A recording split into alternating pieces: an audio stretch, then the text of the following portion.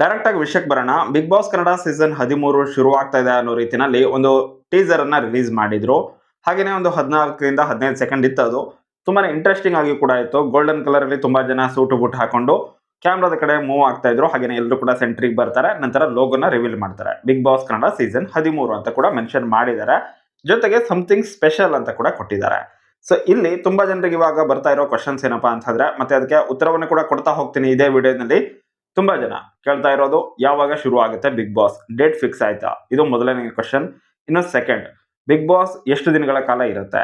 ಇನ್ನು ಮೂರನೇ ಏನಪ್ಪಾ ಅಂತ ಹೇಳಿದ್ರೆ, ಸಾಮಾನ್ಯ ಜನರಿಗೆ ಅವಕಾಶ ಇರುತ್ತಾ, ನಿಜಕ್ಕೂ ಇರುತ್ತಾ, ಅಥವಾ ಈ ಸಲ ಕೂಡ ಸೆಲೆಬ್ರಿಟೀಸ್ ಗಳೇ ಇರ್ತಾರ? ಸಾಮಾನ್ಯ ಜನರಿಗೆ ಅವಕಾಶ ಇರುತ್ತೆ ಅನ್ನೋದಾದ್ರೆ ಪಾರ್ಟಿಸಿಪೇಟ್ ಮಾಡೋದು ಹೆಂಗೆ? ನಾವು ಕೂಡ ಪಾರ್ಟಿಸಿಪೇಟ್ ಮಾಡ್ಬೋದಾ? ಇವಾಗ ನಾನು ಕೂಡ ಹೋಗ್ಬೋದಾ? ಸೊ ಈ ರೀತಿಯಾಗಿ ಪ್ರಶ್ನೆ ಬರುತ್ತೆ. ಸೊ ಅದಕ್ಕೂ ಕೂಡ ಉತ್ತರವನ್ನ ಕೊಡ್ತೀನಿ. ಹಾಗೇನೆ ಈ ಒಂದು ಬಿಗ್ ಬಾಸ್ ನ ಬಗ್ಗೆ ಇನ್ನೂ ಕೂಡ ಸಾಕಷ್ಟು ಇಂಟ್ರೆಸ್ಟಿಂಗ್ ಮಾಹಿತಿಗಳಿದಾವೆ. ಸೊ ಅದೆಲ್ಲದನ್ನು ಕೂಡ ಹೇಳ್ತೀನಿ. ಸೊ ಹೀಗಾಗಿ ವಿಡಿಯೋನ ಮಿಸ್ ಮಾಡ್ಕೊಳ್ಳದೆ ಪೂರ್ತಿಯಾಗಿ ನೋಡಿ. ಕೊನೆ ತನಕನೂ ಕೂಡ ಒಂದಲ್ಲ ಒಂದು ಇನ್ಫಾರ್ಮೇಶನ್ ಬಿಗ್ ಬಾಸ್ ನ ಬಗ್ಗೆ ಸಿಕ್ಕೇ ಸಿಗುತ್ತೆ. ಕೆಲವೊಂದಿಷ್ಟು ವಿಷಯಗಳು ಹೇಳುವಾಗ ಮಿಸ್ ಆಯ್ತು ಅಂತಂದ್ರೆ ಕೊನೆಯಲ್ಲಿ ಅದನ್ನ ಹೇಳ್ತೀನಿ. ಸೊ ಬನ್ನಿ ಹಾಗಾದ್ರೆ ಇವಾಗ ಶುರು ಮಾಡೋಣ. ಮೊದಲನೇದಾಗಿ ಇವಾಗ ಪ್ರೋಮೋ ಏನ್ ರಿಲೀಸ್ ಮಾಡಿದ್ದಾರೆ, ಸೊ ಅದು big boss Kannada season 13 logo reveal ಮಾಡಿದಾರಲ್ವಾ. ಸೊ ಅದು big boss Kannada season 13 OTT ಆಗಿರ್ಲಿ ಅಥವಾ ಬೇರೆ ಒಂದು ಪ್ರೋಗ್ರಾಮ್ದಲ್ಲ. ಹಾಗಂತ ಬಿಗ್ ಬಾಸ್ ಯಾವಾಗ ಶುರು ಆಗುತ್ತೆ? ಸೊ ಈ ಪ್ರಶ್ನೆ ಬಂದಾಗ ಇದು ಸೆಪ್ಟೆಂಬರ್ ಎಂಡ್ ಅಲ್ಲಿ ಅಥವಾ ಅಕ್ಟೋಬರ್ ಅಲ್ಲೇನೆ ಶುರು ಆಗೋದು. ಹಾಗಾದ್ರೆ ಇಷ್ಟು ಬೇಗ ಯಾಕೆ ಪ್ರೋಮೋ ಬಿಟ್ಟಿದ್ದಾರೆ? ಸೊ ಇದು ನೆಕ್ಸ್ಟ್ ಬರುವಂತಹ ಕ್ವಶನ್. ಇವಾಗ ಇದು ನಡೀತಾ ಇರೋದು ಜೂನ್ 5ನೇ ತಾರೀಕು ಇವತ್ತು ನಾನು ವಿಡಿಯೋ ಮಾಡ್ತಾ ಇರುವಾಗ. ಸೊ ಯಾವಾಗಲೂ ಕೂಡ ಒಂದು ಪ್ರೋಮೋ ರಿಲೀಸ್ ಮಾಡಿದ್ರು ಅಂತ ಹೇಳಿದ್ರೆ ಒಂದು ತಿಂಗಳಲ್ಲಿ ಬಿಗ್ ಬಾಸ್ ಶುರು ಆಗುತ್ತಾ ಇತ್ತು. ಬಟ್ ಈ ಸಲ ಹಂಗ ಆಗಲ್ಲ. ಜೂನ್ ಅಲ್ಲೇನೆ ಪ್ರೋಮೋ ಬಿಟ್ಟಿದ್ದಾರೆ, ಬಟ್ ಶುರು ಆಗೋದು ಸೆಪ್ಟೆಂಬರ್ ಎಂಡ್ ಅಲ್ಲೇನೆ. ಇಷ್ಟು ದಿನಗಳ ಕಾಲ ಏನ್ ಮಾಡ್ತಾರೆ ಹಂಗಾದ್ರೆ? ಈ ಪ್ರಶ್ನೆ ಬರುತ್ತೆ. ತುಂಬಾ ಜನ ಇವಾಗ ನಾನು ಪ್ರೀವಿಯಸ್ ವಿಡಿಯೋ ಮಾಡಿದಾಗ ಕಮೆಂಟ್ ಕೂಡ ಮಾಡಿದ್ರು, ಇವಾಗ ಈಗಲೇ ಸ್ಟಾರ್ಟ್ ಆಗಿ ಸೆಪ್ಟೆಂಬರ್ ಅಲ್ಲಿ ಮುಗಿದೋದ್ರೆ ಇಂಟ್ರೆಸ್ಟೇ ಇರಲ್ಲ ಅಂತ ಹೇಳಿ. ಯಾಕಂತಂದ್ರೆ ಅದೊಂದು ರೀತಿ ಆ ಸರಿಯಾದ ಸಮಯಕ್ಕೆ ಬರಬೇಕು. ಯಾವುದು ಕೂಡ ಅತಿ ಆದ್ರೆ ಅಷ್ಟೊಂದು ಚೆನ್ನಾಗಿರಲ್ಲ. ಸೊ ಹೀಗಾಗಿ ಬಿಗ್ ಬಾಸ್ ಏನಪ್ಪಾ ಅಂತ ಹೇಳಿದ್ರೆ OTT ತಗೊಂಡ್ ಬಂದಿರೋ ಓಕೆ ಆಗಿರ್ತಾ ಇತ್ತು. ಬಟ್ ಇವಾಗ ಜನವರಿ ಆ ಎಂಡ್ ಅಲ್ಲೇನೆ ಮುಗಿದಿದೆ. ಇವಾಗ ಮತ್ತೆ ಜೂನ್ ಅಲ್ಲಿ ಮತ್ತೆ ಬಂತು ಅಂತ ಹೇಳಿದ್ರೆ ಪದೇ ರಿಪೀಟ್ ಆಗ್ತಾ ಇರತ್ತೆ. ಬೆಳಗ್ಗೆನೂ ಬಿರಿಯಾನಿ, ಮಧ್ಯಾಹ್ನನೂ ಬಿರಿಯಾನಿ, ಸಂಜೆನೂ ಬಿರಿಯಾನಿ ಅಂತ ಹೇಳಿದ್ರೆ ಬಿರಿಯಾನಿ ಕೂಡ ಬೇಜಾರಾಗ್ಲಿಕ್ಕೆ ಬರುತ್ತೆ. ಸೊ ಹೀಗಾಗಿ ಅದೇ ರೀತಿಯಾಗಿ ಬಿಗ್ ಬಾಸ್ ಕೂಡ. ಸೊ ಅದು ಕಲರ್ಸ್ ಕನ್ನಡದವರಿಗೂ ಕೂಡ ಗೊತ್ತು. ಒಂದು ವರ್ಷ ವೇಟ್ ಮಾಡಿ ಆಮೇಲೆ ಬಂದ್ರೇನೆ ಅದಕ್ಕೊಂದು ಎಕ್ಸ್ಟ್ರಾ ಕ್ರೇಜ್ ಇರುತ್ತೆ ಅಂತ ಬಿಗ್ ಬಾಸ್ಗೂ ಕೂಡ ಗೊತ್ತು. ಪದೇ ಮಾಡಿದ್ರೆ ಬಿಗ್ ಬಾಸ್ ಕ್ರೇಜ್ ಕೂಡ ಕಡಿಮೆ ಆಗಬಹುದು. ಸೊ ಹೀಗಾಗಿ ಕಡಿಮೆ ಆಗದೇನೆ ಆ ಒಂದು ಕ್ರೇಜ್ ಜಾಸ್ತಿ ಆಗ್ಬೇಕು ಅಂತ ಹೇಳನೆ ಈ ಸಲ ಬೇಗ ಪ್ರೋಮೋನ ರಿಲೀಸ್ ಮಾಡಿದ್ದಾರೆ. ಸೊ ಇಷ್ಟು ಬೇಗ ಪ್ರೋಮೋನ ರಿಲೀಸ್ ಮಾಡಿ ಅಷ್ಟೊಂದು ದಿನ ವೇಟ್ ಮಾಡಿಸ್ತಾರ? ಖಂಡಿತವಾಗ್ಲೂ ಇಲ್ಲ. ಅಲ್ಲಿ ಹೊಸ ಕಾನ್ಸೆಪ್ಟ್ ಇದೆ. ಆ ಕಾನ್ಸೆಪ್ಟ್ ಏನಪ್ಪಾ ಅಂತ ಹೇಳಿದ್ರೆ, ಇವಾಗ ಸಾಮಾನ್ಯ ಜನರಿಗೆ ಅವಕಾಶ ಸಿಗುತ್ತಾ ಅನ್ನುವಂತ ಒಂದು ಪ್ರಶ್ನೆ ಇತ್ತಲ್ವಾ. ಹೌದು, ಸಾಮಾನ್ಯ ಜನರಿಗೆ ಅವಕಾಶ ಸಿಗ್ತಾ ಇದೆ. ಬಟ್ ಯಾವ ರೀತಿಯಾಗಿ ಸಿಗುತ್ತೆ ಅಂತ ಹೇಳಿದ್ರೆ, ಇಲ್ಲಿ ನೀವು ಪಾರ್ಟಿಸಿಪೇಟ್ ಮಾಡಬೇಕು, ಇಲ್ಲಿ ನೀವು ಆಡಿಷನ್ ಅನ್ನ ಕೊಡಬೇಕು, ಹಾಗೇನೆ ಅಲ್ಲಿ ನೀವು ನಿಮ್ಮ ಸ್ಕಿಲ್ ಅನ್ನ ತೋರಿಸಬೇಕು. ಸೊ ಇದೆಲ್ಲದೂ ಕೂಡ ಮಾಡಬೇಕಾಗಿರುತ್ತೆ. ಸೊ ಇದಕ್ಕೋಸ್ಕರ ನೀವು ಒಂದು ಅರ್ಜಿನ ಕೂಡ ಫಿಲ್ ಮಾಡಬೇಕಾಗಿ ಬರಬಹುದು, ಅಥವಾ ಒಂದು ವಿಡಿಯೋ ಸಬ್ಮಿಷನ್ ಕೂಡ ಮಾಡಬೇಕಾಗಿ ಬರಬಹುದು. ಯಾವ ರೀತಿಯಾಗಿ ಅಂತ ಹೇಳಿದ್ರೆ, ಈಗಾಗಲೇ ತೆಲುಗಿನಲ್ಲಿ ಒಂದು ಕಾನ್ಸೆಪ್ಟ್ ಬಂದಿತ್ತು, ಅಗ್ನಿ ಪರೀಕ್ಷಾ ಅಂತ ಅಲ್ಲಿ ಹೆಸರನ್ನ ಇಟ್ಟಿದ್ರು. ಸೊ ಕನ್ನಡದಲ್ಲಿ ಅಗ್ನಿ ಪರೀಕ್ಷೆ ಅಂತ ಇಡಬಹುದೇನೋ. ಯಾಕಂತ ಹೇಳಿದ್ರೆ ಸಿಮಿಲರ್ ಅಲ್ವಾ, ಸೊ ರಿಲೇಟ್ ಆಗತ್ತೆ. ಮತ್ತೆ ಆಲ್ರೆಡಿ ಇವಾಗ ಕಲರ್ಸ್ ಕನ್ನಡದಲ್ಲಿ ಅಗ್ನಿ ಸಾಕ್ಷಿ ಅನ್ನುವಂತಹ ಸೀರಿಯಲ್ ಬರ್ತಾ ಇದೆ. ಸೊ ಅಗ್ನಿ ಆ ರಿಲೇಟೆಡ್ ಇರ್ತಾರೆ. ಅಗ್ನಿ ಪರೀಕ್ಷೆ ಇಲ್ಲಿ ಕನ್ನಡದಲ್ಲಿ ಇಟ್ರೆ ನನ್ನ ಪ್ರಕಾರ ಅದೇನೇ ಸರಿಯಾಗಿರುತ್ತೆ, ಸೂಕ್ತ ಕೂಡ ಅನ್ಸುತ್ತೆ. ತೆಲುಗಿನಲ್ಲಿ ಆಲ್ರೆಡಿ ಅಗ್ನಿ ಪರೀಕ್ಷಾ ಅನ್ನುವಂತಹ ಕಾನ್ಸೆಪ್ಟ್ ಇತ್ತು ಬಿಗ್ ಬಾಸ್ಗಿಂತ ಮೊದಲು. ಸೊ ಅದೇ ರೀತಿಯಾಗಿ ಕಾನ್ಸೆಪ್ಟ್ ಕನ್ನಡದಲ್ಲೂ ಕೂಡ ಬಂದ್ರೆ ಇಲ್ಲೇ ನಡೀತೆ ಅಂತ ಹೇಳಿದ್ರೆ, ಮೊದಲು ಒಂದು ಎಲ್ರಿಗೂ ಕೂಡ ಅಪ್ಲೈ ಮಾಡುವಂತಹ ಅವಕಾಶನ ಕೊಡ್ತಾರೆ. ಹೆಂಗ್ ಅಪ್ಲೈ ಮಾಡೋದು ಅನ್ನೋದು ಇಲ್ಲೇ ನಿಮ್ಗೆ ಉತ್ತರ ಸಿಗುತ್ತೆ. ಸೊ ಇಲ್ಲಿ ಇವಾಗ OTT ಪ್ಲಾಟ್ಫಾರ್ಮ್ ಜಿಯೋ ಹಾಟ್‌ಸ್ಟಾರ್ ಅಲ್ವಾ, ಸೊ ಅಲ್ಲಿ ಒಂದು ವಿಡಿಯೋನ ಸಬ್ಮಿಷನ್ ನೀವು ಮಾಡಬೇಕಾಗಿರುತ್ತೆ. ನಿಮ್ದೇ ಒಂದು ರೆಕಾರ್ಡ್ ಅನ್ನ, ಅಂದ್ರೆ ನಿಮ್ ಸೆಲ್ಫಿ ಕ್ಯಾಮ್ರಾ ಓಪನ್ ಮಾಡಿ ಮಾಡಬಹುದು, ಅಥವಾ ಬ್ಯಾಕ್ ಕ್ಯಾಮ್ರಾ ಓಪನ್ ಮಾಡಿ. ಸೊ ನಿಮ್ಮ ಸ್ಕಿಲ್ ಅನ್ನ ತೋರಿಸಬೇಕು. ನೀವು ಯಾಕೆ ಯುನಿಕ್, ನೀವು ಯಾಕೆ ಬಿಗ್ ಬಾಸ್ಗೆ ಬರಬೇಕು, ಬಿಗ್ ಬಾಸ್ಗೆ ಬಂದ್ರೆ ನಿಮ್ಮಿಂದ ಜನತೆ ಏನು ಎಕ್ಸ್ಪೆಕ್ಟ್ ಮಾಡಬಹುದು. ಸೊ ಇದೆಲ್ಲದರ ಬಗ್ಗೆ ನೀವು ಒಂದು 2 ರಿಂದ 3 ನಿಮಿಷ, ಮ್ಯಾಕ್ಸಿಮಮ್ 3 ನಿಮಿಷ ಇರಬಹುದು, ಅಥವಾ 5 ನಿಮಿಷ ತನಕ ಅವಕಾಶ ಕೊಡ್ತಾರೆ ನಾವು. ಬಟ್ ಯಾರಾದ್ರೂ ಒಂದು ವ್ಯಕ್ತಿತ್ವ ಗೊತ್ತಾಗಬೇಕು ಅಂತ ಹೇಳಿದ್ರೆ ಒಂದು 2 ನಿಮಿಷ ಸಾಕಾಗತ್ತೆ. ಸೊ ಹೀಗಾಗಿ ಒಂದು 3 ನಿಮಿಷ ಅವಕಾಶ ಕೊಡಬಹುದು. ಸೊ 3 ನಿಮಿಷದ ಒಂದು ವಿಡಿಯೋನ, ನಿಮ್ಮದೇ ಒಂದು ವಿಡಿಯೋನ ನೀವು ರೆಕಾರ್ಡ್ ಮಾಡಿ, ನಿಮ್ಮ ಹತ್ರ ಸ್ಕಿಲ್ ಇದ್ರೆ ಅದನ್ನ ತೋರಿಸಿ. ಬಿಗ್ ಬಾಸ್ಗೆ ಬಂದ್ರೆ ನಿಮ್ಮಿಂದ ಜನತೆಗೆ ಏನ್ ಸಿಗುತ್ತೆ, ಎಂಟರ್ಟೈನ್ಮೆಂಟ್ ಮಾಡ್ತೀರಾ, ಅಥವಾ ನಿಮ್ದು ಏನಾದರೂ ಯುನಿಕ್ ಇದೆಯಾ, ಏನಾದರೂ ಒಂದು. ಸೊ ನಿಮ್ಮಲ್ಲಿರುವಂತಹ ಒಂದು ಸ್ಕಿಲ್, ನೀವು ಯಾಕೆ ಬಿಗ್ ಬಾಸ್ಗೆ ಬರಬೇಕು, ಸೊ ಅದ್ರ ಬಗ್ಗೆ ನೀವು ಮಾತಾಡಬೇಕಾಗಿರಬಹುದು, ಅಥವಾ ಆಕ್ಟ್ ಮಾಡಬೇಕು. ಸೊ ನಿಮ್ಗೆ ಹೆಂಗ್ ಅನ್ಸುತ್ತೋ ಹಂಗೆ ಒಟ್ಟಾರೆಗೆ ನಿಮ್ಮನ್ನ ನೀವು ರೆಪ್ರೆಸೆಂಟ್ ಮಾಡಿಕೊಂಡು ನೀವು ಯಾಕೆ ಬಿಗ್ ಬಾಸ್ಗೆ ಬರಬೇಕು ಅನ್ನೋದನ್ನ ನೀವು ಹೇಳಿ ಆ ವಿಡಿಯೋದಲ್ಲಿ ಆ ವಿಡಿಯೋನ ಸಬ್ಮಿಟ್ ಮಾಡಬೇಕು. ಸೊ ಆಲ್ರೆಡಿ ನನಗನ್ಸೋ ಪ್ರಕಾರ ನೀವೆಲ್ಲರೂ ಕೂಡ ಈ ತರದ ಒಂದು ವಿಡಿಯೋ ರೆಡಿ ಮಾಡಿ ಇಟ್ಕೊಂಡ್ರೆ ಒಳ್ಳೇದು. ನಿಮ್ಗೇನಾದ್ರೂ ಬಿಗ್ ಬಾಸ್ಗೆ ಬರಬೇಕು ಅಂತ ಇಂಟ್ರೆಸ್ಟ್ ಇದ್ರೆ ಈ ಥರದ ವಿಡಿಯೋನ ಮೊದಲೇ ರೆಕಾರ್ಡ್ ಮಾಡಿ ಇಟ್ಕೊಂಡ್ರೆ ನಿಮ್ಗೇನು ಅಡ್ವಾಂಟೇಜ್. ಯಾಕಂತಂದರೆ ಇವಾಗ ಜಿಯೋ ಹಾಟ್‌ಸ್ಟಾರಲ್ಲಿ ಅಂತಲೇ ತಿಳ್ಕೊಳ್ಳಿ, ಈ ರೀತಿಯಾಗಿ ಸಬ್ಮಿಟ್ ಮಾಡಬೇಕು ಅಂತ ಬಂತು ಅಂತ ಹೇಳಿದ್ರೆ ಆವಾಗ ಎಲ್ಲರೂ ಕೂಡ ರೆಕಾರ್ಡ್ ಮಾಡ್ಲಿಕ್ಕೆ ಶುರು ಮಾಡ್ತಾರೆ, ಇಂಟ್ರೆಸ್ಟ್ ಇರೋರು. ಬಟ್ ನೀವು ಆಲ್ರೆಡಿ ರೆಕಾರ್ಡ್ ಮಾಡಿ ಎಡಿಟ್ ಮಾಡಿ ಅದನ್ನು ಇಟ್ಕೊಂಡಿದ್ರೆ ಆ ರೀತಿಯಾಗಿ ಅರ್ಜಿ ಬಿಟ್ಟಾಗ ಅಥವಾ ಆನ್ಲೈನಲ್ಲಿ ಸಬ್ಮಿಟ್ ಮಾಡೋದಕ್ಕೆ ಅವಕಾಶ ಸಿಕ್ಕಿದಾಗ ನೀವು ಬೇಗನೆ ಅಪ್ಲೈ ಮಾಡಿಬಿಡ್ಬೋದು, ಆ ವಿಡಿಯೋನ ಬೇಗನೆ ಅಪ್ಲೋಡ್ ಮಾಡಬಹುದು. ಸೊ ಹೀಗಾಗಿ ಆ ಲೈನ್ ಏನಿರುತ್ತೆ ಅದರಲ್ಲಿ ನೀವು ಮುಂಚೂಣಿಯಲ್ಲಿ ಇರ್ತೀರಾ. ಸೊ ಅವಕಾಶ ಸಿಗುವಂತಹ ಚಾನ್ಸಸ್ ಸ್ವಲ್ಪನಾದರೂ ಒಂದು 5% ಆದರೂ ಜಾಸ್ತಿ ಆಗುತ್ತಾ. ಕೆಲವೊಂದ್ಸಲ 1 ಸೆಕೆಂಡ್ ಕೂಡ ಮ್ಯಾಟರ್ ಆಗುತ್ತೆ. ಸೊ ಹೀಗಾಗಿ ನೀವು ರೇಸಲ್ಲಿ ಕೂಡ ನೋಡಿರ್ಬೋದು 1 ಸೆಕೆಂಡ್ ಕೂಡ ಮ್ಯಾಟರ್ ಆಗುತ್ತೆ. ಸೊ ನೀವು ಬೇರೆಯವ್ರಿಗಿಂತ ಸ್ವಲ್ಪ ಜಾಸ್ತಿ ಮುಂದಿದ್ದೀರಾ ಅಂತ ಹೇಳಿದ್ರೆ ಅಡ್ವಾಂಟೇಜ್ ಇದ್ದೇ ಇರುತ್ತೆ. ಸೊ ಹೀಗಾಗಿ ನಿಮ್ಗೆ ಚಾನ್ಸಸ್ ಜಾಸ್ತಿ ಇರುತ್ತೆ ಸೆಲೆಕ್ಟ್ ಆಗೋದು. ಅದರಲ್ಲೂ ಕೂಡ ನೀವು ಯುನಿಕ್ ಆಗಿ ನಿಮ್ಮನ್ನು ನೀವು ರೆಪ್ರೆಸೆಂಟ್ ಮಾಡಿಕೊಂಡ್ರೆ ಜಾಸ್ತಿ ಚಾನ್ಸಸ್ ಇದೆ. ಸೊ ಲಕ್ಷಾಂತರ ಜನ ಅಪ್ಲೈ ಮಾಡಿದ್ರೆ ಎಲ್ಲರ ವಿಡಿಯೋಸ್ ಕೂಡ ನೋಡ್ತಾ ಹೋಗ್ತಾರಾ? ಹೇಳಲಿಕ್ಕೆ ಆಗೋದಿಲ್ಲ, ನೋಡಿದ್ರು ನೋಡಬಹುದು. ಬಟ್ ಸ್ಟಾರ್ಟಿಂಗಲ್ಲಿ ಸ್ವಲ್ಪ ಅಪ್ಲೈ ಮಾಡಿರ್ತಾರಲ್ಲ ಅವ್ರದ್ದು ಸೆಲೆಕ್ಟ್ ಆಗೋ ಚಾನ್ಸ್ ಕೂಡ ಜಾಸ್ತಿ ಇರುತ್ತೆ ಅಂತ ನನ್ನ ಒಪಿನಿಯನ್. ಇಲ್ದೇನೋ ಇರಬಹುದು ಅಥವಾ ಕೊನೆಯಲ್ಲಿರೋರಿಗೂ ಕೂಡ ಅವಕಾಶ ಸಿಗಬಹುದು. ಬಟ್ ಹೈಲೈಟ್ ಆಗ್ತಾರೆ ಸ್ಟಾರ್ಟಿಂಗಲ್ಲಿ. ಸ್ವಲ್ಪ ಯಾವುದೇ ಆಗಿರಲಿ, ಯಾವುದೇ ಕೆಲಸ ಮಾಡುವಾಗ ಸ್ಟಾರ್ಟಿಂಗಲ್ಲಿರೋರಿಗೆ ಸ್ವಲ್ಪ ಜಾಸ್ತಿ ಪ್ರಿಫರೆನ್ಸ್ ಸಿಗೋದನ್ನು ನಾವು ಜನರಲ್ ಆಗಿ ಅಬ್ಸರ್ವ್ ಮಾಡ್ತೀವಿ. ಸೊ ಹೀಗಾಗಿ ಚಾನ್ಸಸ್ ಅಂತೂ ಇದೆ. ಇನ್ನು ಇಲ್ಲಿ ಮೇನ್ ಮತ್ತೊಂದು ವಿಷಯ ಏನಪ್ಪ ಅಂತಂದರೆ, ಇಂತಹ ಸಮಯದಲ್ಲಿ ತುಂಬ ಜನ ನಿಮ್ಮನ್ನು ಸ್ಪ್ಯಾಮ್ ಮಾಡೋದಕ್ಕೆ ಬರ್ತಾರೆ. ಸ್ಕ್ಯಾಮ್ ಮಾಡೋದಕ್ಕೆ ಬರ್ತಾರೆ. ಯಾಕಂತಂದರೆ ನನಗೆ ಅವ್ರು ಪರಿಚಯ ಇದ್ದಾರೆ, ಇವಾಗ ಫಾರ್ ಎಕ್ಸಾಂಪಲ್ ನೀವೇ ನನಗೆ ಮೆಸೇಜ್ ಮಾಡ್ಬೋದು, ನನಗೆ ಅವಕಾಶ ಬೇಕು ಹಾಗೆ ಹೀಗೆ ಅಂತ. ಸೊ ಅದೇ ರೀತಿ ನೀವು ಬೇರೆಯವ್ರಿಗೆ ಯಾರಿಗೂ ಮೆಸೇಜ್ ಮಾಡಿದಾಗ ಅವರು ಓಕೆ ಏನು ಮಾಡ್ಕೊಡ್ತೀನಿ, ಒಂದು ಸ್ವಲ್ಪ ದುಡ್ಡು ಕೊಡಿ ಹಾಗೆ ಹಿಂಗೆ ಅಂತ ಹೇಳಿ ನಿಮ್ಗೆ ಸ್ಕ್ಯಾಮ್ ಮಾಡ್ಬೋದು. ಅದನ್ನೆಲ್ಲ ನಂಬಲಿಕ್ಕೆ ಹೋಗಬೇಡಿ.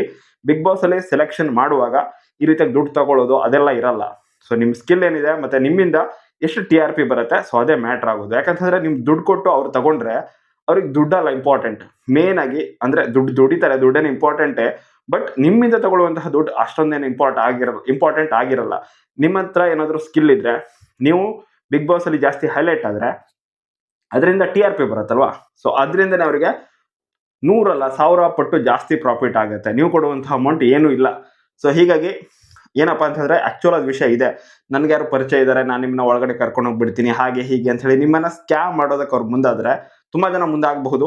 ಸೊ ಅದನ್ನು ನಂಬಲಿಕ್ಕೆ ಹೋಗಬೇಡಿ. 100% ಅವರು ನಿಮಗೆ ಕೈ ಕೊಡ್ತಾರೆ. ಕೊನೆಗಳಿಗೇನೆಲ್ಲ ಆಗಿಲ್ಲ ಹಾಗೆ ಹಿಂಗೆ ಏನೋ ಒಂದು ರೀಸನನ್ನು ಹೇಳ್ತಾರೆ, ಒಟ್ಟಾರೆ ನಿಮ್ಗೆ ದುಡ್ಡು ಕಳ್ಕೊಳ್ತೀರಾ. ಸೊ ಇಂಥದಕ್ಕೆಲ್ಲ ನೀವು ಟ್ರೈ ಮಾಡ್ಲಿಕ್ಕೆ ಹೋಗಬೇಡಿ. ಜೆನ್ಯೂನ್ ಆಗಿ ಅಪ್ಲೈ ಮಾಡಿ. ಆಮೇಲೆ ಈ ರೀತಿಯಾಗಿ ಅಪ್ಲೈ ಮಾಡಿದಾಗ ನೆಕ್ಸ್ಟ್ ಆಡಿಷನ್ ಅಂತ ಆಗುತ್ತೆ. ಸೊ ಆಡಿಷನಲ್ಲಿ ಸೆಲೆಕ್ಟ್ ಆದವರಿಗೆ ನೆಕ್ಸ್ಟ್ ಇನ್ನೊಂದು ಪ್ರೋಗ್ರಾಮ್ ಬರುತ್ತೆ. ಅದೇ ಹೇಳಿದ್ನಲ್ವ, ಅಗ್ನಿ ಪರೀಕ್ಷೆ ಅಂತ ಬರಬಹುದು, ಚಾನ್ಸ್ ಇದೆ. ತೆಲುಗಿನಲ್ಲಿ ಅದೇ ಅಗ್ನಿ ಪರೀಕ್ಷಾ ಅಂತ ಬಂದಿತ್ತು. ಸೊ ಕನ್ನಡದಲ್ಲಿ ಅಗ್ನಿ ಪರೀಕ್ಷೆ ಅಂತ ಬರಬಹುದು. ಸೊ ಅದರಲ್ಲಿ ಏನಪ್ಪ ಅಂತ ಹೇಳಿದ್ರೆ ಆ್ಯಂಕರ್ಸ್ ಇರ್ತಾರೆ. ಮೋಸ್ಟ್ಲಿ 2 ಜನ ಇರಬಹುದು. ಒಂದು ಅಕುಲ್ ಬಾಲಾಜಿ ಇರಬಹುದು, ನನ್ನ ಪ್ರಕಾರ ಟ್ಯಾಲೆಂಟೆಡ್ ಇದ್ದಾರೆ ಒಂದು. ಮತ್ತು ಆಲ್ರೆಡಿ ಜಿ ಕನ್ನಡಕ್ಕೆ ಹೋಗಿದ್ರು, ಮತ್ತೆ ಅವರನ್ನು ಕರ್ಕೊಂಡು ಬರೋ ಪ್ರಯತ್ನ ಕೂಡ ಮಾಡಬಹುದು. ಅಥವಾ ಮಾಸ್ಟರ್ ಆನಂದ್ ಅವರು ಇತ್ತೀಚೆಗೆ ಎಲ್ಲೂ ಕೂಡ ಕಾಣಿಸ್ಕೊಳ್ತಾ ಇಲ್ಲ. ಸೊ ಅವರನ್ನು ಮತ್ತೆ ಕಲರ್ಸ್ ಕನ್ನಡಕ್ಕೆ ಕರ್ಕೊಂಡು ಬರೋ ಪ್ರಯತ್ನ ಮಾಡಬಹುದು. ಜಿ ಕನ್ನಡದಲ್ಲಿ ಮಾಸ್ಟರ್ ಆನಂದ್ ಅವರು ಕಣ್ಮರೆ ಆಗಿಬಿಟ್ಟಿದ್ದಾರೆ. ಸೊ ಹೀಗಾಗಿ ಅವರನ್ನು ವಾಪಸ್ ಕರ್ಕೊಂಡು ಬರೋ ಪ್ರಯತ್ನ ಇಲ್ಲ ಆಗಬಹುದು, ಚಾನ್ಸಸ್ ಇದೆ. ಯಾರೋ ಒಬ್ರು ಒಟ್ಟಾರೆಗೆ ಇನ್ನೊಂದು ಆ್ಯಂಕರ್ ಅಂತೂ ಅನುಪಮ ಗೌಡ ಅವರು ಇರಬಹುದು, ಹೈ ಚಾನ್ಸ್ ಇದೆ. ಅನುಪಮ ಗೌಡ ಅವರು ಆಲ್ರೆಡಿ ಬಿಗ್ ಬಾಸ್ಗೂ ಕೂಡ ಹೋಗಿ ಬಂದಿದ್ದಾರೆ. ಸೊ ಚಾನ್ಸಸ್ ಇದೆ. ನಂತರ ಇಲ್ಲಿ ಜಡ್ಜಸ್ ಕೂಡ ಇರ್ತಾರೆ. ಜಡ್ಜಸ್ ಕೂಡ ಬಿಗ್ ಬಾಸ್ನ ಕಂಟೆಸ್ಟೆಂಟ್ಗಳೇ ಆಗಿರ್ತಾರೆ. ಶ್ರುತಿ ಮೇಡಮ್ ಅಂತೂ ಇರೋ ಚಾನ್ಸಸ್ ಜಾಸ್ತಿ ಇದೆ. ಆಲ್ರೆಡಿ ಇಲ್ಲಿ ಕ್ವಾಟ್ಲೆ ಕಿಚನ್ ಕೂಡ ಶುರು ಆಗ್ತದೆ, ಅಲ್ಲೂ ಕೂಡ ಇದ್ದಾರೆ. ಸೊ ಹೀಗಾಗಿ ಆ ರೀಸನ್ನಿಂದ ಅವ್ರಿಗೆ ಏನಾದರೂ ಶೆಡ್ಯೂಲ್ ಸಖತ್ ಬ್ಯುಸಿ ಆಗಿದ್ರೆ ಇಲ್ಲಿ ಬೇರೆ ಜಡ್ಜ್ ಬರಬಹುದು. ಇಲ್ಲ ಅಂತ ಹೇಳಿದ್ರೆ ಶ್ರುತಿ ಮೇಡಮ್ ಇರ್ತಾರೆ, ಅಥವಾ ಉಳಿದಿರುವಂತಹ ಸ್ಟ್ರಾಂಗ್ ಕಂಟೆಸ್ಟೆಂಟ್ಗಳು ಇರಬಹುದು. ಇತ್ತೀಚೆಗೆ ಸಂಗೀತ ಶೃಂಗೇರಿ ಅವರು ಕೂಡ ಎಲ್ಲೂ ಕಾಣಿಸ್ಕೊಳ್ತಾ ಇಲ್ಲ, ಅವರನ್ನು ವಾಪಸ್ ಕರ್ಕೊಂಡು ಬರಬಹುದು. ಗಿಲ್ಲಿ ನಟ ಇರಬಹುದು, ಅಥವಾ ಕಾವ್ಯ ಅವರು ಇರಬಹುದು, ಅಥವಾ ಅಶ್ವಿನಿ ಅವರನ್ನು ಕೂಡ ತಗೊಂಡು ಬರಬಹುದೇನೋ, ನೋಡೋಣ. ಒಟ್ಟಾರೆಗೆ ಇಂಟ್ರೆಸ್ಟಿಂಗ್ ಆಗಿರುವಂತಹ ಜಡ್ಜಸ್ಗಳಂತೂ ಇದ್ದೇ ಇರ್ತಾರೆ. ಒಬ್ಬರು ಕಾಮಿಡಿ ಝೋನರಿಂದ ಇರಬಹುದು, ಒಬ್ಬರು ಸ್ವಲ್ಪ ಸ್ಟ್ರಿಕ್ಟ್ ಆಗಿರ್ತಾರಲ್ಲ ಆ ರೀತಿಯಾಗಿರಬಹುದು. ಇನ್ನು ಗೇಮ್ಗಳಲ್ಲಿ ಸ್ವಲ್ಪ ಜಾಸ್ತಿ ಮುಂದೆ ಇರೋರು ಇರಬಹುದು, ಟಾಸ್ಕ್ ಮಾಸ್ಟರ್ ಅಂತ ಅನ್ಸ್ಕೊಂಡವ್ರು ಇರಬಹುದು. ಸೊ ಈ ರೀತಿಗೆ ಓವರ್ ಆಲ್ ಆಗಿ ಕಂಟೆಸ್ಟೆಂಟ್ಗಳು ಜಾಸ್ತಿ ಯಾರೆಲ್ಲ ಹೈಲೈಟ್ ಆಗಿದ್ರು, ಜನಪ್ರಿಯತೆಯನ್ನು ಗಳಿಸ್ಕೊಂಡಿದ್ರು ಅವರನ್ನು ಜಡ್ಜ್ ಆಗಿ ಕರ್ಕೊಂಡು ಬರ್ತಾರೆ. ಮತ್ತು ಆ್ಯಂಕರ್ ಕೂಡ ಇದ್ದೇ ಇರ್ತಾರೆ. ಅದಾದ ನಂತರ ಇವಾಗ ಆಡಿಷನಲ್ಲಿ ಸೆಲೆಕ್ಟ್ ಆಗಿ ಈ ಒಂದು ಸ್ಟೇಜಿಗೆ ಫೈನಲ್ ಆಗಿ ಸೆಲೆಕ್ಟ್ ಆಗ್ತಾರಲ್ವ, ಈ ಒಂದು ಅಗ್ನಿ ಪರೀಕ್ಷೆ ಅಂತ ನಾನು ಸದ್ಯಕ್ಕೆ ಕನ್ಸಿಡರ್ ಮಾಡ್ತಾ ಇದ್ದೀನಿ. ಹಾಗೆ ಇರಬಹುದು ಅಂತ ಎಕ್ಸ್ಪೆಕ್ಟೇಷನ್. ಸೊ ಆ ಒಂದು ಶೋಗೆ ಬಂದವರು ಅಲ್ಲಿ ತಮ್ಮ ಸ್ಕಿಲ್ಲನ್ನು ಮತ್ತೆ ತೋರಿಸೋದಕ್ಕೆ ಅವಕಾಶ ಇರುತ್ತೆ. ಸೊ ಅಲ್ಲಿ ಅವರು ಬಿಗ್ ಬಾಸ್ ಮನೆಗೆ ಬಂದರೆ ಅಲ್ಲಿ ಯಾವ ರೀತಿಯಾಗಿ ಟಾಸ್ಕ್ಗಳು ಬರ್ತವೆ, ಏನೆಲ್ಲ ಆ್ಯಕ್ಟಿವಿಟಿಗಳು ಇರ್ತವೆ, ಡೈಲಿ ಅವ್ರು ಹೆಂಗಿರಬೇಕಾಗತ್ತೆ, ಅದಕ್ಕೆ ರಿಲೇಟೆಡ್ ಆದಂತಹ ಟಾಸ್ಕ್ಗಳು, ಅದಕ್ಕೆ ರಿಲೇಟೆಡ್ ಆದಂತಹ ವಿಷಯ, ಅಲ್ಲಿ ಅದೇ ರೀತಿಯಾಗಿ ಅಟ್ಮಾಸ್ಫಿಯರ್ ಅದನ್ನೆಲ್ಲ ಕ್ರಿಯೇಟ್ ಮಾಡಿ ಸೊ ಅಲ್ಲಿ ಅವರು ಹೆಂಗಿರ್ತಾರೆ, ಎಷ್ಟು ಎಂಟರ್ಟೈನ್ಮೆಂಟನ್ನು ಕೊಡ್ತಾರೆ, ಸೊ ಇದೆಲ್ಲದನ್ನು ಪರೀಕ್ಷೆ ಮಾಡುವಂತಹ ಒಂದು ಜಾಗ ಅದಾಗಿರುತ್ತೆ. ಸೊ ಹೀಗಾಗಿ ಅಲ್ಲಿ ಪರೀಕ್ಷೆ, ಅಗ್ನಿ ಪರೀಕ್ಷೆ ಸರಿಯಾಗಿ ಸೂಟ್ ಆಗುತ್ತೆ. ಅಗ್ನಿ ಅಂತ ಕೊಡ್ತಾ ಇದ್ದಾರೆ ಅಂತ ಹೇಳಿದ್ರೆ ಸ್ವಲ್ಪ ಟಫ್ ಆಗಿರುವಂತಹ ಪರೀಕ್ಷೆಗಳು ಇರ್ತವೆ ಅನ್ನೋದು ರೆಪ್ರೆಸೆಂಟ್ ಮಾಡುತ್ತೆ. ತೆಲುಗಿನಲ್ಲಿ ಅಗ್ನಿ ಪರೀಕ್ಷೆ ಅಂತ ಇತ್ತಲ್ವ, ಸೊ ಇಲ್ಲಿ ಅಗ್ನಿ ಪರೀಕ್ಷೆ ಅಂತ ಇಟ್ಟರೆ ಕರೆಕ್ಟಾಗಿ ಸೂಟ್ ಆಗುತ್ತೆ, ಅದೇ ಹೆಸರು ಬೆಸ್ಟ್ ಅಂತ ಅನಿಸುತ್ತೆ ಕೂಡ. ಸೊ ಹೀಗಾಗಿ ಅಗ್ನಿ ಪರೀಕ್ಷೆಯಲ್ಲಿ ಎಲ್ಲರನ್ನ ಪರೀಕ್ಷೆ ಮಾಡಲಾಗುತ್ತೆ. ಅಲ್ಲಿ ಸ್ವಲ್ಪ ಜನ ಸೆಲೆಕ್ಟ್ ಆದವರು ಬಿಗ್ ಬಾಸ್ ಕನ್ನಡ ಸೀಸನ್ 13ಕ್ಕೆ ಬರ್ತಾರೆ. ಅಲ್ಲಿ ತನಕ ಈ ಒಂದು ಅಗ್ನಿ ಪರೀಕ್ಷೆ ಅನ್ನುವಂತಹ ಒಂದು ಕಾನ್ಸೆಪ್ಟ್ ಏನಿದೆ, ಅಥವಾ ಈ ಒಂದು ಶೋ ಏನಿದೆ, ಅಥವಾ ಬಿಗ್ ಬಾಸ್ಗಿಂತ ಮೊದಲೇ ಬರುವಂತಹ ಒಂದು ಶೋ, ಸೊ ಇದರಲ್ಲಿ ಸೆಲೆಕ್ಟ್ ಆದವರು ನೆಕ್ಸ್ಟ್ ಅಲ್ಲಿ ಹೋಗ್ತಾರೆ. ಸೊ ಸೆಲೆಕ್ಟ್ ಆಗೋದು ಅಷ್ಟು ಈಸಿ ಅಂತೂ ಇಲ್ಲ, ಹಾಗಂತ ತುಂಬಾನೇ ಕಷ್ಟ ಕೂಡ ಅಲ್ಲ. ಸೊ ಹೀಗಾಗಿ ನಿಮ್ಮ ಎಫರ್ಟನ್ನು ನೀವು ಹಾಕಿ ನಿಮ್ಗೇನು ಇಂಟ್ರೆಸ್ಟ್ ಇದ್ರೆ ಇಂಟ್ರೆಸ್ಟನ್ನು ತೋರಿಸಿ ಒಂದು ವಿಡಿಯೋನ ಮಾಡಿ, ಮತ್ತು ಅಲ್ಲಿ ನಿಮ್ಮ ಸ್ಕಿಲ್ಲನ್ನು ತೋರಿಸಿ ನೀವು ಬಿಗ್ ಬಾಸಿಗೆ ಬಂದರೆ ಏನೆಲ್ಲ ಎಂಟರ್ಟೈನ್ಮೆಂಟನ್ನು ಜನರಿಗೆ ನೀಡ್ತೀರಾ, ನೀವು ಹೆಂಗಿರ್ತೀರಾ, ಸೊ ನಿಮ್ಮ ಒಂದು ರಿಯಾಲಿಟಿ, ನಿಮ್ಮಿಂದ ಏನು ಎಕ್ಸ್ಪೆಕ್ಟ್ ಮಾಡಬಹುದು ಜನತೆ, ಇದೆಲ್ಲದನ್ನು ಎಕ್ಸಿಕ್ಯೂಟ್ ಮಾಡಿ ಅದನ್ನು ಎಕ್ಸ್ಪ್ರೆಸ್ ಮಾಡ್ಕೊಳ್ಳಿ. ಹಾಗೆಯೇ ಜನರಿಗೂ ಕೂಡ ಅದನ್ನು ತೋರಿಸಿ. ಇಷ್ಟ ಆದರೆ ನಂತರ ವೋಟ್ ಮಾಡುವಂತಹ ಅವಕಾಶ ಜನರಿಗೇನೆ ಕೊಡಬಹುದು. ಸೊ ವೋಟ್ ಮಾಡಿ ಯಾರಿಗೆ ಜಾಸ್ತಿ ವೋಟ್ ಬರುತ್ತೋ ಅವರನ್ನು ಸೆಲೆಕ್ಟ್ ಮಾಡಬಹುದು. ಅಥವಾ ಜಡ್ಜಸನ್ನು ತಗೊಂಡು ಬಂದಿರುವಂತಹ ಕಾನ್ಸೆಪ್ಟ್ ಬಂದರೆ, ಅಂದರೆ ಇಲ್ಲಿ ಅಗ್ನಿ ಪರೀಕ್ಷೆನಲ್ಲೂ ಜಡ್ಜಸ್ಗಳನ್ನು ತಗೊಂಡು ಬಂದರೆ ಅಕಸ್ಮಾತಾಗಿ ಬರ್ದೇನೆ ಇರಬಹುದಲ್ವಾ, ಡಿಫ್ರೆಂಟಾಗಿ ಯೋಚನೆ ಮಾಡಬಹುದು. ಸೇಮ್ ಹಾಗೆ ಮಾಡ್ತಾರೆ, ಕಾಫಿ ಮಾಡಿಬಿಡ್ತಾರೆ ಅಂತ ಹೇಳಲಿಕ್ಕೂ ಕೂಡ ಆಗೋದಿಲ್ಲ. ಸೊ ಇಲ್ಲಿ ಜಡ್ಜಸ್ಗಳು ಇಲ್ಲದೇನೆ ಡೈರೆಕ್ಟಾಗಿ ವೋಟ್ ಮಾಡೋ ಅವಕಾಶನೂ ಕೂಡ ಕೊಡಬಹುದು. ಜಡ್ಜಸ್ ಬಂದರೆ ಅಲ್ಲೆಲ್ಲ ಮಿಕ್ಸ್ ಆಗುತ್ತೆ ಅಂತ ಹೇಳಿ, ಅಂದರೆ ಇವಾಗ ಬಿಗ್ ಬಾಸ್ ಮನೆ ಒಳಗಡೆ ಜಡ್ಜಸ್ ಇರಲ್ಲ ಅಲ್ವಾ. ಸೊ ಹೀಗಾಗಿ ಒಂದು ಸ್ವಲ್ಪ ಜನರನ್ನು ಅಗ್ನಿ ಪರೀಕ್ಷೆ ಅನ್ನುವಂತಹ ಒಂದು ಕಾನ್ಸೆಪ್ಟ್ ರೂಮಲ್ಲಿ ಬಿಟ್ಟು ಅಲ್ಲಿ ಅವ್ರು ಹೆಂಗಿರ್ತಾರೆ ಅನ್ನೋದನ್ನು ನೋಡಿ ನಂತರ ಅವರನ್ನು ಸೆಲೆಕ್ಟ್ ಕೂಡ ಮಾಡಬಹುದು, ನೋಡೋಣ. ಅಥವಾ ನಾನು ನಿಮ್ಗೆ ಹೇಳಿದ್ನಲ್ವ ಜಡ್ಜಸ್ಗಳೆಲ್ಲ ಇದು, ಸೊ ಆ ರೀತಿ ಕಾನ್ಸೆಪ್ಟ್ ಕೂಡ ಇರಬಹುದು. ಒಟ್ಟಾರೆಗೆ ವೋಟಿಂಗ್ ಅಂತೂ ಇರುತ್ತೆ ಅಂತ ನನ್ನ ಅನಿಸಿಕೆ. ಅಟ್ಲೀಸ್ಟ್ 50% ಆದರೂ ವೋಟನ್ನು ಕನ್ಸಿಡರ್ ಮಾಡಿ ಉಳಿದಿರೋದನ್ನ ಜಡ್ಜಸ್ ನಿರ್ಧಾರವನ್ನು ಮಾಡಿ ನೆಕ್ಸ್ಟ್ ಸೆಲೆಕ್ಟ್ ಆಗ್ತಾರೆ ಅವರು. ಅಥವಾ ಡೈರೆಕ್ಟಾಗಿ ಪೂರ್ತಿಯಾಗಿ ವೋಟಿಂಗ್ ಕೂಡ ಇರಬಹುದು. ಒಟ್ಟಾರೆಗೆ ಈ ರೀತಿಯಾಗಿ ಒಂದು ಪ್ರೊಸೆಸ್ ಇರುತ್ತೆ. ಅಲ್ಲಿ ಸೆಲೆಕ್ಟ್ ಆದವರು ಬಿಗ್ ಬಾಸ್ ಕನ್ನಡ ಸೀಸನ್ 13ಕ್ಕೆ ಬರ್ತಾರೆ ಅಂತ ಹೇಳಲಾಗ್ತಾ ಇದೆ. ಮತ್ತು ಉಳಿದಿರೋರು ಸೆಲೆಬ್ರಿಟಿ ಕಂಟೆಸ್ಟೆಂಟ್ ಆಗಿರ್ತಾರೆ. ಸೊ ನಂತರ ಅಂದರೆ ಡೈರೆಕ್ಟಾಗಿ ಸಾಮಾನ್ಯ ಜನರನ್ನು ತಗೊಂಡು ಹೋಗಿ ಸೆಲೆಬ್ರಿಟಿ ಕಂಟೆಸ್ಟೆಂಟ್ಗಳ ಜೊತೆ ಬಿಟ್ಟರೆ ಸೆಲೆಬ್ರಿಟಿ ಕಂಟೆಸ್ಟೆಂಟ್ಗಳು ಡಾಮಿನೇಟ್ ಮಾಡ್ತಾರೆ ಆಬ್ವಿಯಸ್ಲಿ. ಸೊ ಹೀಗೆ ಅಂದರೆ ಡಾಮಿನೇಟ್ ಮಾಡಿದ್ರೆ ಅವ್ರಿಗೆ ಪಾಪ್ಯುಲಾರಿಟಿ ಇರುತ್ತಲ್ವ, ಸೊ ಈ ಜನತೆ ಕೂಡ ಅವರಿಗೆ ವೋಟ್ ಮಾಡ್ತಾರೆ. ಸಾಮಾನ್ಯ ಜನರಿಗೆ ವೋಟ್ ಮಾಡೋದು ಕಡಿಮೆ ಆಗಿಬಿಡುತ್ತೆ, ಒಂದು ಸ್ವಲ್ಪ ಜನರಿಗಾದರೂ ಮೋಸ ಆಗಬಹುದು. ಸೊ ಹೀಗಾಗಿ ಈ ರೀತಿಯಾಗಿ ಮೊದಲೊಂದು ಅಗ್ನಿ ಪರೀಕ್ಷೆ ಕಾನ್ಸೆಪ್ಟನ್ನು ಮಾಡಿ ನಂತರ ಅವರನ್ನು ಸೆಲೆಕ್ಟ್ ಮಾಡಿದ್ರೆ ಸೊ ಅವರು ಕೂಡ ಆಲ್ರೆಡಿ ಸ್ವಲ್ಪ ಪಾಪ್ಯುಲಾರಿಟಿನ ಗೇನ್ ಮಾಡಿರ್ತಾರೆ. ಸೊ ಟಫ್ ಫೈಟನ್ನು ಕೊಡಬಹುದು. ಸೊ ಹೀಗಾಗಿ ಈ ಸಲ ಈ ರೀತಿಯಾಗಿ ಪ್ಲ್ಯಾನ್ ಮಾಡ್ತಾ ಇದ್ದಾರೆ ಅಂತ ಹೇಳಲಾಗ್ತಾ ಇದೆ. ಈ ರೀತಿಯಾಗಿ ಬಂದರೆ ಸೂಪರ್ಬ್ ಆಗಿರುತ್ತೆ. ನನಗಂತೂ ಸಖತ್ ಇಷ್ಟ ಆಯಿತು ಕಾನ್ಸೆಪ್ಟ್. ಮತ್ತು ಸೆಪ್ಟೆಂಬರಲ್ಲೇ ಬರುತ್ತೆ, ಅಥವಾ ಸೆಪ್ಟೆಂಬರ್ ಎಂಡಲ್ಲಿ ಅಥವಾ ಅಕ್ಟೋಬರ್ ಸ್ಟಾರ್ಟಿಂಗಲ್ಲಿ ಬರುತ್ತೆ ಅನ್ನುವಂತಹ ವಿಷಯ ಕೇಳಿ ಕೂಡ ಬೆಸ್ಟ್ ಅಂತ ಅನ್ನಿಸ್ತು. ಯಾಕಂತಂದರೆ ಅದೇ ಟೈಮ್ ಒಂದು ರೀತಿ ಫಿಕ್ಸ್ ಟೈಮ್ ಚೆನ್ನಾಗಿರುತ್ತೆ.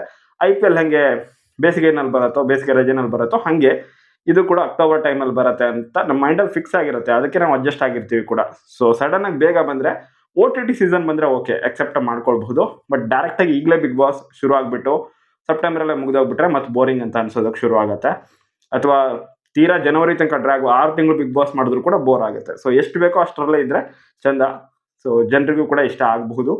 ಸೊ ಇವಾಗಂತೂ ಈ ರೀತಿಯಾಗಿ ವಿಷಯಗಳು ಸಿಗ್ತಾ ಇದ್ದಾವೆ. ನನಗೆ ಸಿಕ್ಕಿರೋ ಎಲ್ಲ ಅಪ್ಡೇಟನ್ನು ನಿಮ್ಗೆ ತಿಳಿಸೋ ಪ್ರಯತ್ನ ನಾನು ಮಾಡಿದ್ದೀನಿ. ಇನ್ನೂ ಕೂಡ ಏನಾದರೂ ಅಪ್ಡೇಟ್ಗಳು ಸಿಕ್ಕಿದ್ರೆ ಖಂಡಿತವಾಗ್ಲೂ ಅಪ್ಡೇಟ್ ಮಾಡ್ತೀನಿ. ಮತ್ತು ಇದಕ್ಕೆ ಟಕ್ಕರ್ ಕೊಡೋದಕ್ಕೆ, ಬಿಗ್ ಬಾಸ್ಗೆ ಟಕ್ಕರ್ ಕೊಡೋದಕ್ಕೆ ಜೀ ಕನ್ನಡದವರು ಕೂಡ ಟ್ರೈ ಮಾಡ್ತಾರೆ. ಸೊ ಅದ್ರ ಬಗ್ಗೆ ಕೂಡ ಸಾಕಷ್ಟು ಅಪ್ಡೇಟ್ಗಳು ಸಿಗೋದು ಬಾಕಿ ಇದ್ದಾವೆ. ಸಿಗ್ತಾ ಇದ್ದ ಹಾಗೆ ಎಲ್ಲದನ್ನು ಕೂಡ ಅಪ್ಡೇಟ್ ಮಾಡ್ತೀನಿ. ಈ ಮಾಹಿತಿ ನಿಮಗೆ ಇಷ್ಟ ಆಗಿದ್ರೆ ವಿಡಿಯೋಗೆ ಲೈಕ್ ಮಾಡಿ. ಮತ್ತು ನಿಮ್ಮಲ್ಲಿ ಏನಾದರೂ ಪ್ರಶ್ನೆಗಳಿದ್ದರೆ ಅದನ್ನು ದಯವಿಟ್ಟು ಕಮೆಂಟ್ ಮಾಡಿ. ಮತ್ತು ಏನಾದರೂ ಸಜೆಷನ್ಸ್ ಇದ್ದರೆ ಅದನ್ನು ಕೂಡ ಹೇಳಿ ನೀವು. ಯಾಕಂತಂದರೆ ನಿಮ್ಗೇನು ಅನ್ನಿಸ್ತಾ ಇದೆ, ನಿಮಗೆ ಏನು ಬೇಕು ಅದ್ರ ಬಗ್ಗೆ ಮಾತಾಡೋದೇ ನನ್ನ ಕೆಲಸ. ಸೊ ಹೀಗಾಗಿ ನೀವು ಆದಷ್ಟು ಕಮೆಂಟ್ ಮಾಡಿ ನಿಮ್ಮ ಒಪಿನಿಯನ್ಗಳನ್ನು ಶೇರ್ ಮಾಡ್ಕೊಳ್ಳಿ. ನಾನು ಫ್ರೀ ಇದ್ದಾಗ ಖಂಡಿತವಾಗ್ಲೂ ಎಲ್ಲ ಕಮೆಂಟ್ಗಳನ್ನು ಓದಿ ರಿಪ್ಲೈ ಮಾಡ್ತೀನಿ. ಥ್ಯಾಂಕ್ ಯು ಸೋ ಮಚ್ ಎಲ್ರಿಗೂ ಕೂಡ. ಹಾಗೆಯೇ ವಿಡಿಯೋಗೊಂದು ಲೈಕ್ ಮಾಡಿ, ಆದಷ್ಟು ಸಪೋರ್ಟ್ ಮಾಡಿ. Thank you, bye.